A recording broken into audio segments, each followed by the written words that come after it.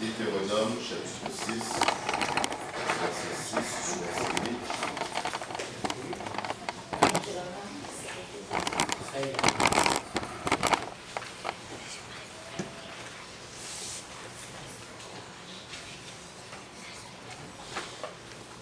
Et ces commandements que je te donne aujourd'hui seront dans ton cœur. Tu les inculqueras à tes enfants et tu en parleras quand tu seras dans ta maison, quand tu iras en voyage, quand tu te coucheras et quand tu te lèveras. Tu les liras comme un signe sur tes mains et ils seront comme des frontaux entre tes yeux. Parole du Seigneur. Amen.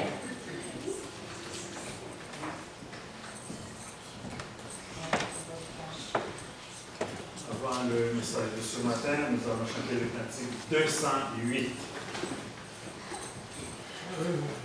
Le cantique 208. Quand le vent de la tempête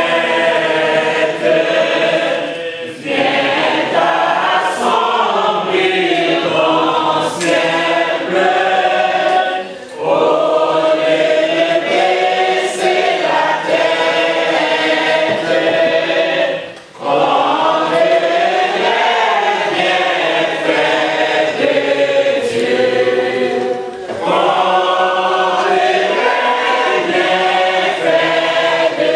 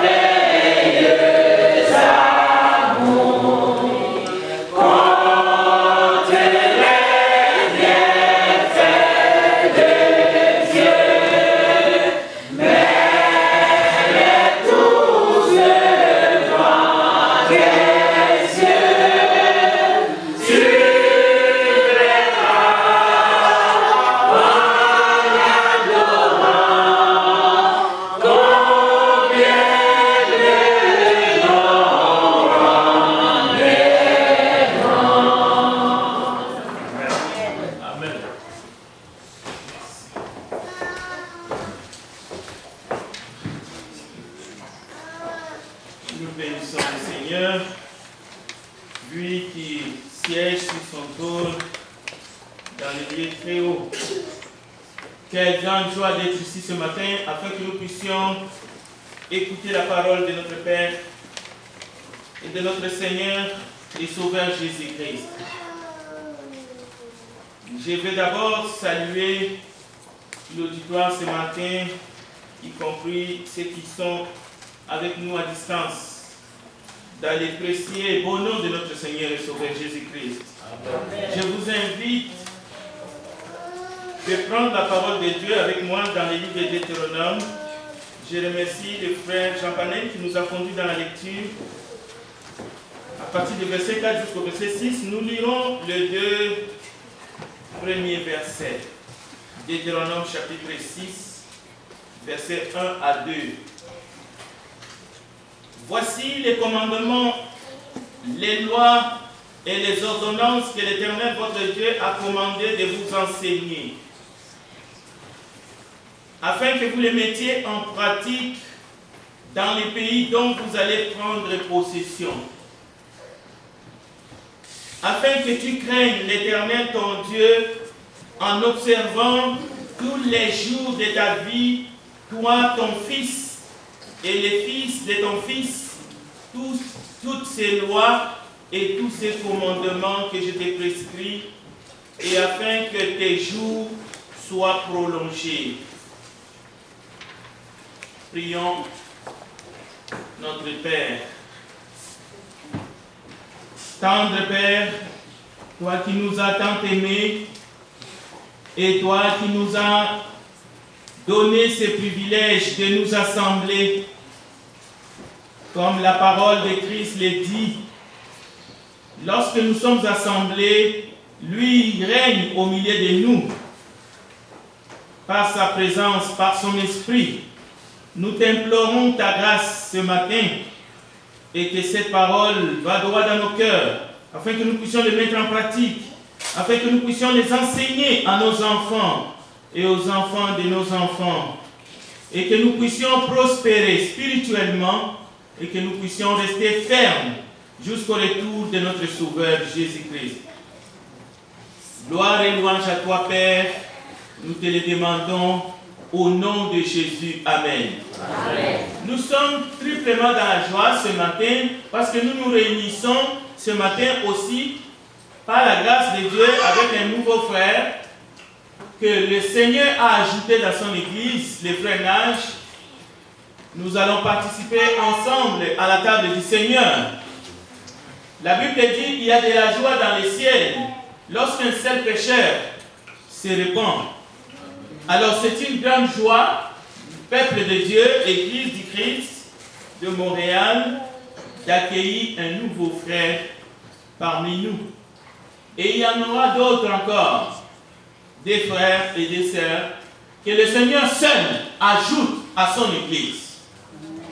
Déjà, nous comprenons par là que la doctrine de Jésus-Christ nous ouvre l'entendement pour comprendre que c'est le Seigneur qui ajoute un membre dans son Église. On ne cherche pas à devenir membre par une autre façon. Et lorsqu'on devient membre de l'Église du Christ, on est membre de l'Église du Christ dans le monde. Partout où elle est établie, on est membre du corps du Christ parce que le Seigneur lui-même nous a ajoutés. Alors le Seigneur a ajouté un membre dans son Église. C'est un enseignement qui est différent à ce qui est enseigné ailleurs dans les dénominations, où on incorpore les gens, où les gens demandent à devenir membres.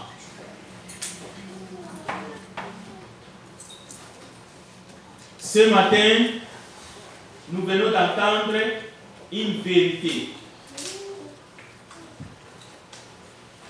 Cette vérité, nous pouvons aller encore le voir et le lire.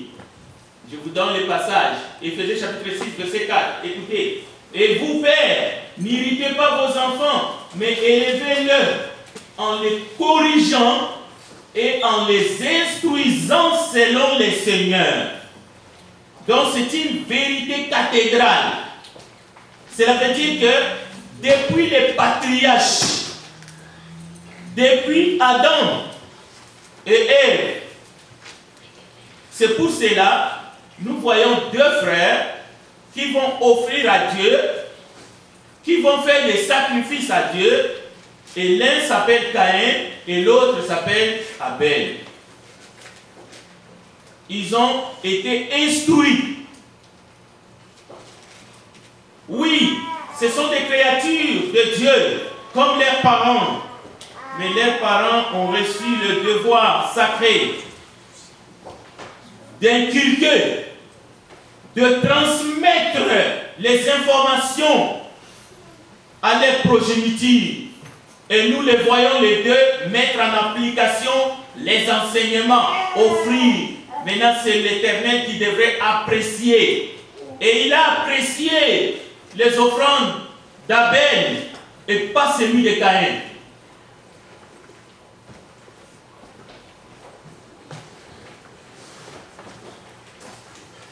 Ce n'est pas aux parents d'apprécier. Il y a des choses que ce n'est pas les parents qui doivent apprécier. Ce n'est pas les parents qui doivent dire, oui, mon fils va entrer au ciel, comme cette mère, la mère de Zébédée. Je veux que mon fils, l'un soit assis à ta droite et l'autre soit assis à ta gauche. Ça ne marche pas comme ça. Dans ton royaume.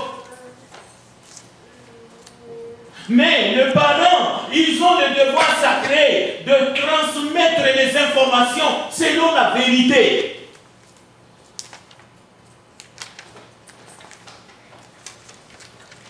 Et il y a des passages, mais en tout cas plusieurs, où nous pouvons trouver dans la parole de Dieu, car je l'ai choisi afin qu'il ordonne à ses fils, à ses filles et à sa maison. Vous voyez, à sa maison. Dans la maison, il y a des fils et des filles. Je l'ai choisi afin qu'il ordonne à ses fils et à sa maison, après lui, de garder la voie de l'Éternel. Ça se passe dans la famille. Ça se passe dans les maisons. Oui, ça se passe ou ça ne se passe pas. Il y a des enfants abandonnés. Il y a des parents qui ont abandonné les devoirs des déserteurs. Parce qu'il a été avec cette femme-là, maintenant il est avec celle-là, et puis celle-là n'aime pas les enfants, et lui comme c'est un pétard mouillé, au fait c'est pas un vrai homme, il pense que les enfants, parce qu'il a eu avec la première femme, ces enfants-là n'ont pas de droits. Au fait, pour lui, ce sont des enfants nés hors mariage, des enfants bâtards. Ils n'ont pas les droits à l'éducation, même pas l'assistance. Et ils se disent chrétiens. J'ai fait ça quand j'étais pas converti. Vous avez besoin d'aide. Et je crains que vous n'entrerez pas dans le royaume de Dieu. Parce que vous êtes un irresponsable. Si vous avez lâché un enfant quelque part, et que vous ne l'entretenez pas sur le plan matériel et sur le plan spirituel, vous devez vous repentir ce matin. Vous devez demander pardon à Dieu. Et vous devez prendre vos responsabilités. Ce n'est pas parce que vous vous dites que vous êtes chrétien. Non, j'étais jeune, je ne savais pas. Tu ne savais pas quoi? Tu ne savais pas que lorsque tu vas avec une fille, ça peut faire un enfant? Et voilà, ce sont ces gens de chrétiens-là dont on a affaire aujourd'hui. Non, je préserve mon mariage. Quel mariage? Qu'est-ce que l'enfant a à voir avec ta reine ou avec ton nouveau roi? Qu'est-ce que les enfants ont à voir? Deutéronome chapitre 11, verset 19. Vous les enseignerez à vos enfants et vous leur en parlerez quand tu seras dans la maison, quand tu iras en voyage et quand tu te coucheras et quand tu te lèveras. C'est pour ça un jeune enfant s'est écrié, mais alors devenu majeur, Psaume chapitre 71, ô Dieu, tu m'as instruit de ma jeunesse. Sûrement à travers d'abord ses parents. Parce qu'on ne peut pas voir Dieu. Et les textes sont là, et j'ai pris Dieu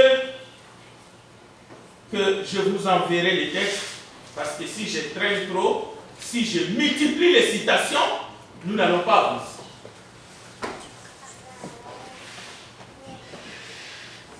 Réfléchissons ensemble.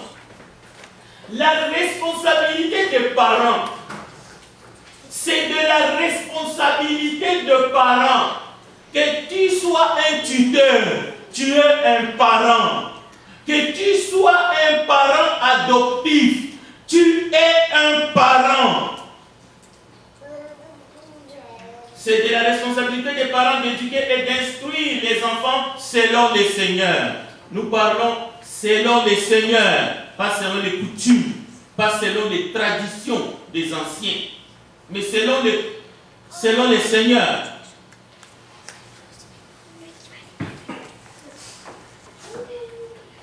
Nous avons appris dans l'étude que certains disent qu'il est devenu difficile d'être parent aujourd'hui, alors qu'hier c'était plus facile. Il faut faire attention.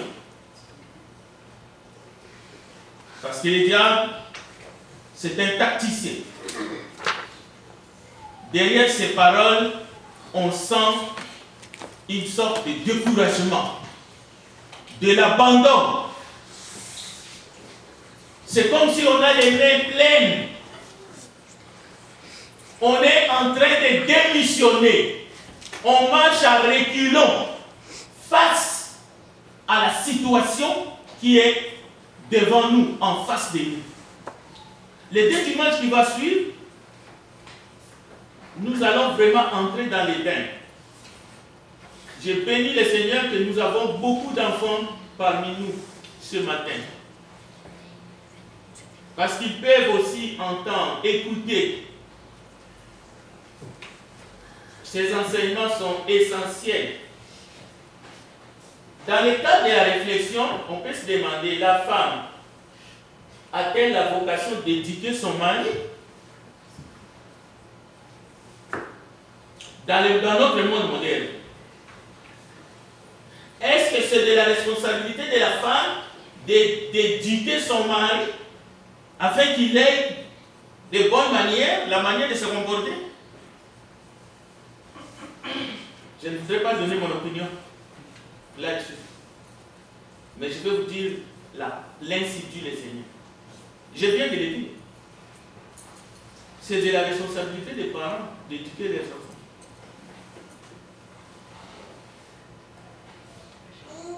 Et quand les parents éduquent, c'est Dieu qui apprécie. Et les résultats peuvent être différents de ce qu'on a espéré. Mais madame, quand tu penses que c'est ton rôle d'éduquer ton mari, ça peut être très difficile. Tu aurais dû penser avant. Est-ce que c'est la responsabilité du fiancé? Est-ce que c'est la mission du fiancé de convertir sa fiancée au Seigneur et de l'éduquer sur le plan moral?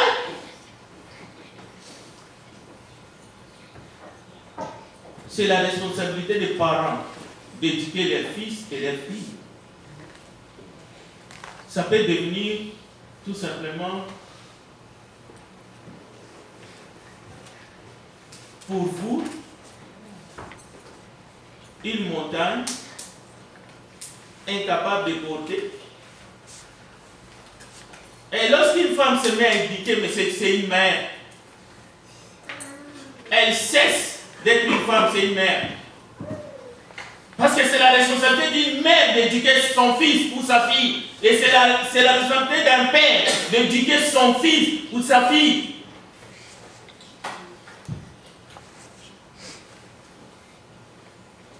Si nous ne comprenons pas ces principes divins, si nous les mélangeons, si nous pensons que nous sommes des dieux, comme nous allons faire tout à l'heure, eh bien, ne vous étonnez pas au résultat. Parce que Dieu ne fait pas d'erreur. Lui, il ne peut pas se tromper. Il a fixé les bornes de la terre. Mais nous pouvons supplier. Nous pouvons l'invoquer. Nous pouvons lui demander de la force pour persévérer, pour supporter. Oui, ça nous pouvons lui demander. Mais souvent les gens croient au miracle. Ils pensent que eux, je vais les changer. Je vais les faire devenir comme je veux. Et vous allez aller de déception à déception. Vous devriez demander seulement à Dieu de vous donner la force, la puissance de supporter. Et si Dieu te fait grâce, il te donne.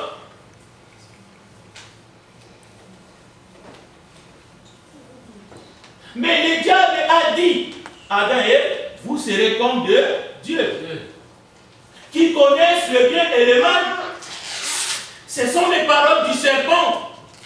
Et beaucoup d'hommes et de femmes, beaucoup de jeunes pensent qu'ils sont des dieux. Mais le diable mentait. C'était une fausse promesse. Et c'est la racine du péché dans le monde. C'est la cause de la rupture de l'alliance entre les créateurs et ces créatures. Oui, ils ont vraiment pensé à un moment donné qu'ils seront comme des dieux, comme le diable a dit. Aujourd'hui, c'est devenu une sorte de justificatif. Adam et Ève, ils ont cru. C'était vrai. Et nous ne le sommes pas. Nous ne le sommes pas. Et nous ne le serons jamais. Le rêve de devenir comme Dieu, de déterminer par soi-même ce qui est bien et ce qui est mal. La quête de décider soi-même ce qui est juste et ce qui est injuste. C'est là que ça s'appelle un Dieu en puissance. Non. Et regardez dans l'histoire de l'humanité, il y a des royaumes qui ont conquis d'autres royaumes, il y a des peuples qui ont mis à genoux d'autres peuples. C'est parce qu'ils se sont considérés comme des dieux. Et c'est là même dans la famille. C'est une folie, cette entreprise.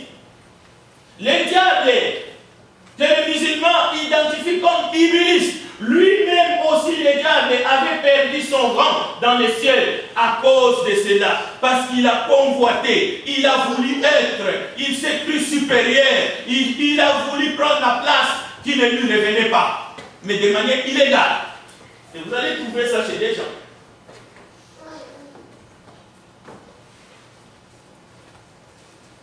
Devenir comme Dieu, cela signifie essayer de se recréer complètement.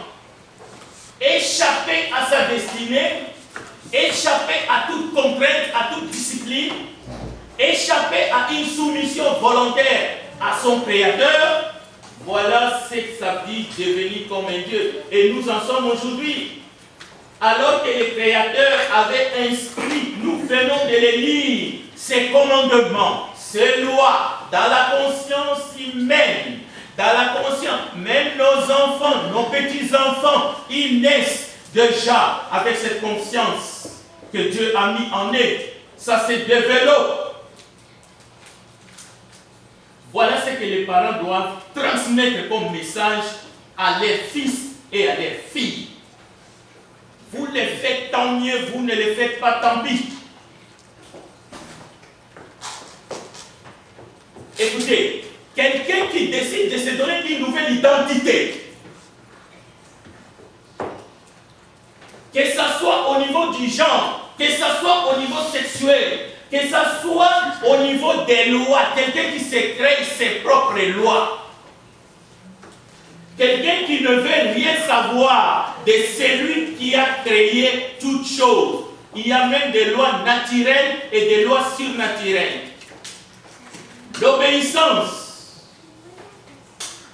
dans la famille, dans la société, celui qui est plus âgé que toi, Ça fait partie de la loi naturelle divine que tu lui dois obéissance, respect, reconnaissance. Mais nous avons vu qu'il y en a qui passent par-dessus. Ce sont des dieux. Quelle identité nous a été accordée par le divin créateur?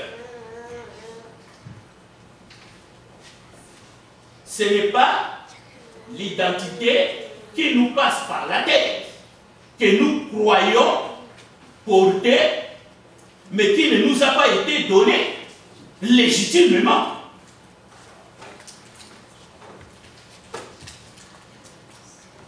Alors, les fantasmes les plus insupportables. Les gens sont animés par des fantasmes. Mais ces fantasmes s'opposent à la volonté divine, à la volonté de Dieu. Nos enfants ont besoin de repères, pas plus que ça. Si on ne leur donne pas de repères, si on ne leur parle pas du Créateur, parce qu'aujourd'hui on parle de parents, nous parlerons un peu plus des enfants dans les 2 semaines qui vont venir. Nos enfants ont besoin de repères. Nos enfants ont besoin de comprendre que le Dieu, l'Éternel, le Créateur n'est pas un tyran, insupportable, qui est là pour brimer la liberté des humains qu'il a créés. La tentation de devenir comme Dieu, de remplacer Dieu, est encore d'actualité aujourd'hui. C'est pour cela que le diable va continuer avec ses drilles. Genèse chapitre 3, verset 5. Mais Dieu sait que le jour où vous en mangerez, vos yeux seront ouverts et vous serez comme des dieux, sachant le bien et le mal. Mais David, grâce à l'Esprit de Dieu, au psaume chapitre 82, voici ce qu'il dit. J'avais dit, vous êtes des dieux. Il y en a qui prennent ces textes pour dire, nous les humains, nous sommes des dieux. C'est écrit. Mais ce sont des égarés. Nous avons été créés à l'image de Dieu, mais nous ne sommes pas comme Dieu. Nous ne sommes pas des dieux. Nous avons été créés à sa ressemblance. Nous sommes des êtres humains. Point barre. Alors, vous êtes tous des fils du Très-Haut. Cependant, vous mourrez comme des hommes. Vous tomberez comme un prince quelconque. Notre condition de créature par rapport au Créateur et aussi les chemins qui conduisent vers lui par la grâce, voilà ce que nous devons ressasser dans nos cœurs. Nous devons ressasser toujours les bontés de l'Éternel chaque matin. Se fier à lui. C'est lui qui décide comment nous devons nous approcher de lui pour l'adorer. Ce n'est pas nous. L'humain qui s'attribue une souveraineté absolue, il tombe dans la servitude du diable. Et c'est un cardinal qui l'a dit, Georges Cotier. L'humain qui se croit tout faire, tout permis, même dans les cadres de l'adoration, il tombe sous l'esclavage du diable. Parce que Dieu te dit non, c'est moi qui décide.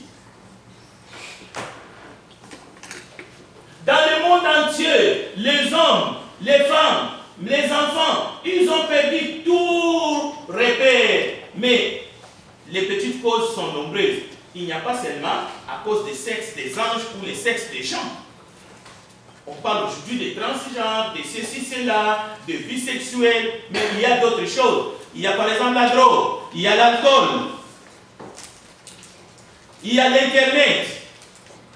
Et avec ces sous-ensembles, et on connaît TikTok, il y en a plein. Les gens se comportent pire que les animaux. Maintenant, il ne faut pas aller chercher des solutions ailleurs. Là, le premier point, Dieu a dit, c'est de la responsabilité de parents d'éduquer les enfants. Même si c'est un enfant de la rue, si tu peux le ramasser et le former et faire de lui un homme, comme ce film est en train de circuler aujourd'hui dans les vidéothèques, un enfant de la rue qu'on a ramassé, mais c'était un bon joueur de football. Aujourd'hui, on sait que les parents qui l'ont ramassé, qui l'ont formé, qui l'ont éduqué, qui l'ont mis dans les équipes de sport, ils se sont taillés la part du lion. Mais ce n'est pas pour ça que Dieu demande aux adultes, à ceux qui sont parents, d'éduquer les enfants. Même ceux-là qui ne sont pas sortis de leur ventre. Mais il ne faut pas les éduquer n'importe comment, avec des demi-vérités, avec des mensonges, selon le Seigneur. Première chose. Biblique. Et c'est une entreprise que nous devons le faire sans avoir froid aux yeux. Indépendamment de ce que le monde prône, de ce qui est enseigné dans les universités, des lois que le gouvernement vote. Es-tu parent, es-tu grand frère, es-tu grande sœur, qui que tu sois, Dieu te demandera des comptes.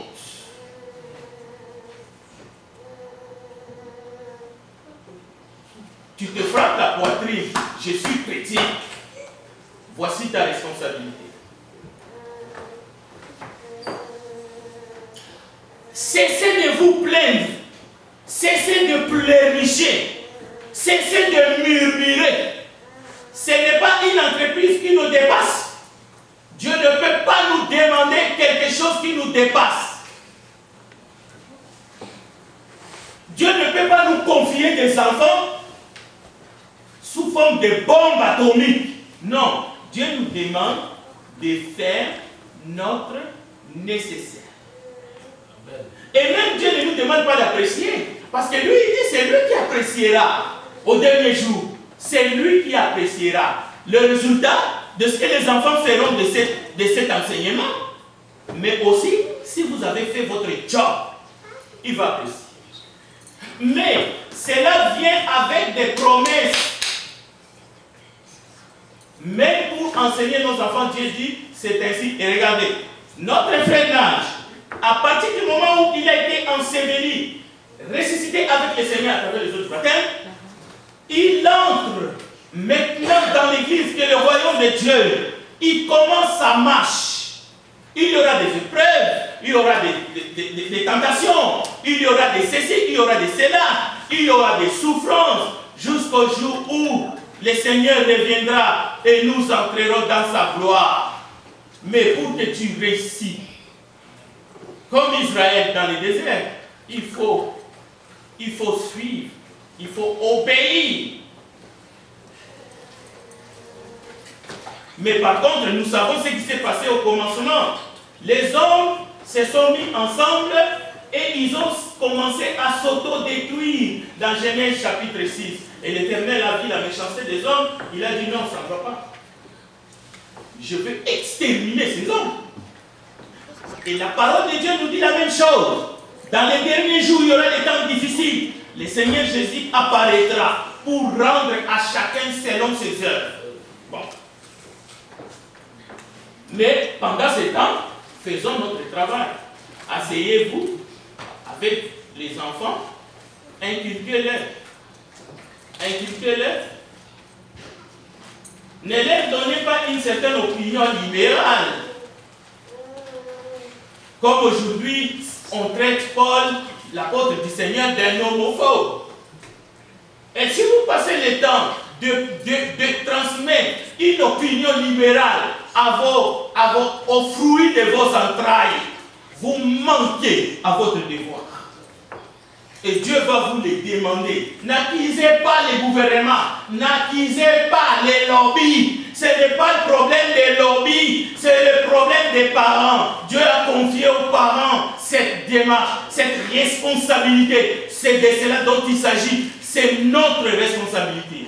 Mais les parents, on peut dire qu'ils sont membres de l'Église du Christ d'abord.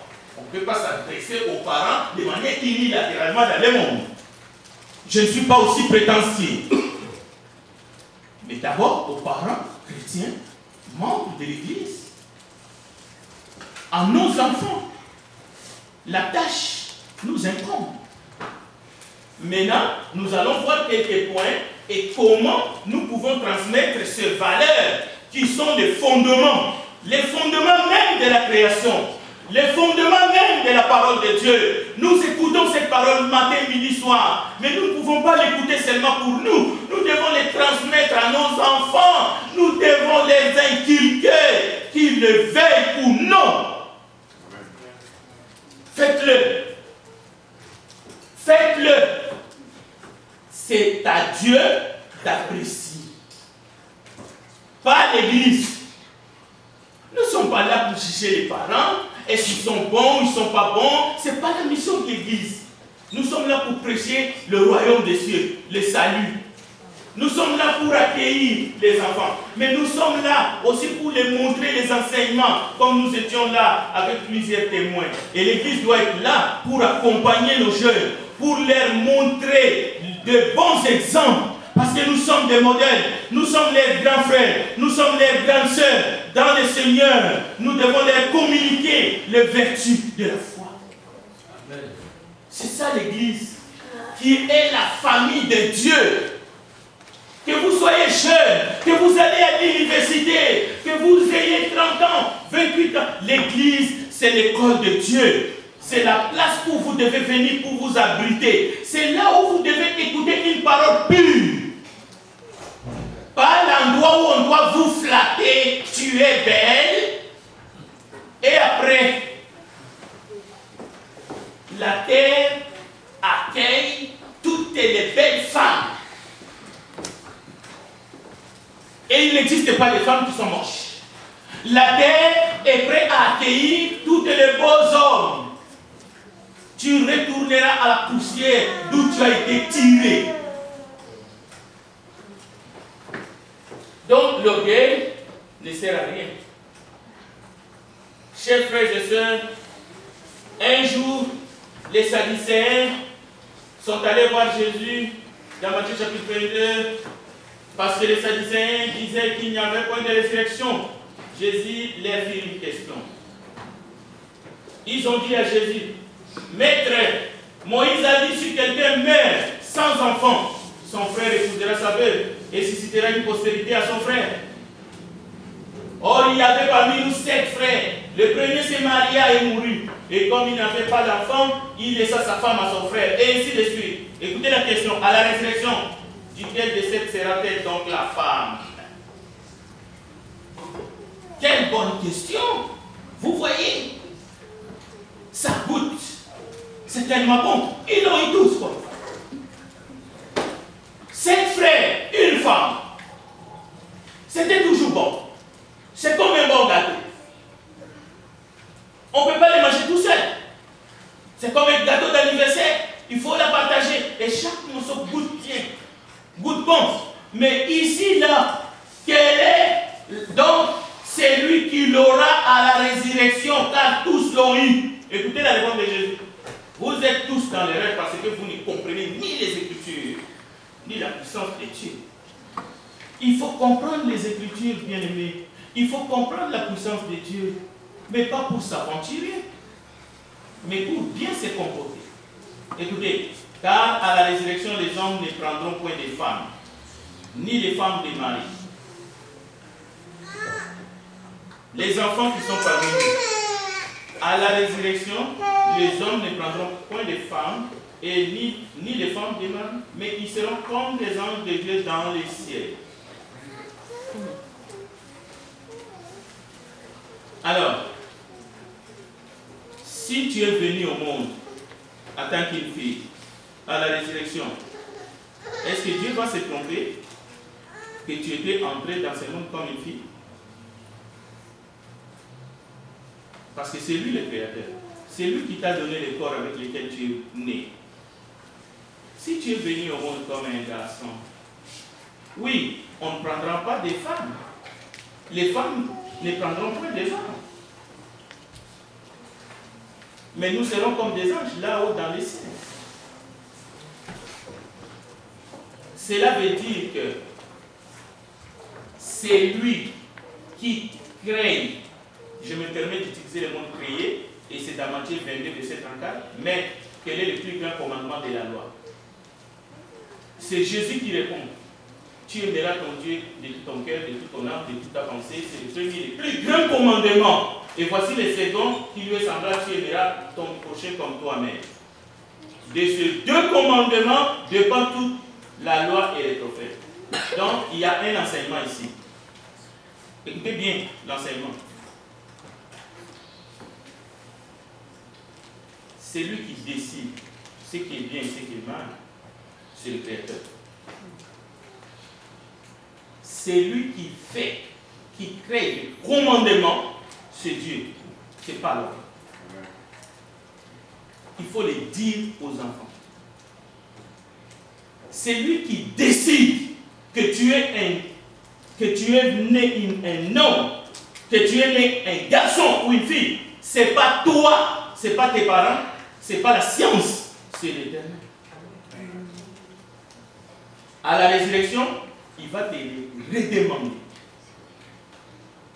Est-ce que tu as conservé ton identité? Maintenant, je ne suis pas en train de juger les athées qui ne croient pas à Dieu et à la Bible. Libre à eux, Dieu va s'en charger.